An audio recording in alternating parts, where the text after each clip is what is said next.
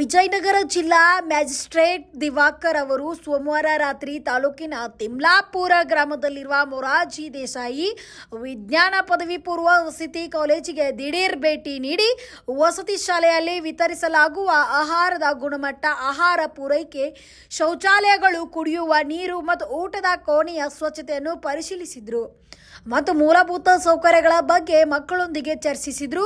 ಈ ಸಂದರ್ಭದಲ್ಲಿ ಶೌಚಾಲಯಗಳ ಸ್ವಚ್ಛತೆ ಮತ್ತು ಆಹಾರದ ಗುಣಮಟ್ಟದ ಬಗ್ಗೆ ಅವರು ಅಸಮಾಧಾನ ವ್ಯಕ್ತಪಡಿಸಿದರು ಮತ್ತು ಅಲ್ಲಿರುವ ಪ್ರಾಂಶುಪಾಲರು ಮತ್ತು ವಾರ್ಡ್ಗಳಿಗೆ ನೋಟಿಸ್ ಜಾರಿ ಮಾಡುವಂತೆ ಅಧಿಕಾರಿಗಳಿಗೆ ಸೂಚಿಸಿದರು.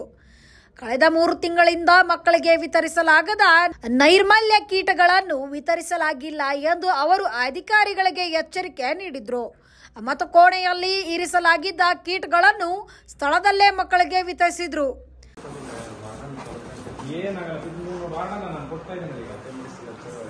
ಬೇಕಾಗಿಲ್ಲ ಕೊಡ್ಲಿಕ್ಕೆ ಏನಾಗಿದೆ, ಖುಷಿ ಆಗ್ತಾರೆ ಮಕ್ಕಳು. 2 ತಗೊಂಡ್ಬಿಡ್ಲಿ ಅವರು ಕೊಟ್ಟಿಲ್ಲ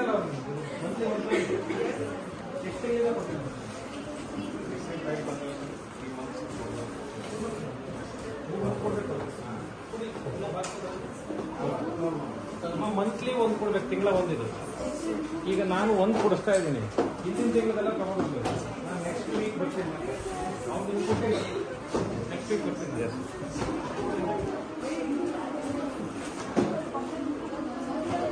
ಇಲ್ಲ ಒಂದೊಂದು ತಗೊಳ್ಳಿ, ಆಮೇಲೆ 3 ತಿಂಗಳದ್ದು ನಿಮಗೆ ಕೊಡ್ಬೇಕು.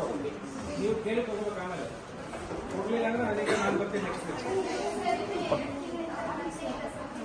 ಈಗ ಅಷ್ಟೇ ಕೊಡ್ತಾರೆ.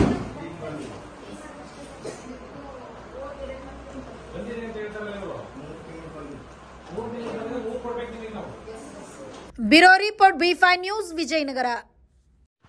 Thanks for watching. Read, discuss and debate with editor Dr. Yan Prashant Rao. Wanted reporters in print, digital and visual media for Bharat Vaibhav Daily Newspaper, BV News 5 Channel and BV Fast Web News from all the talukas of Karnataka, Goa and Maharashtra. If interested, send your resume to 9019229369.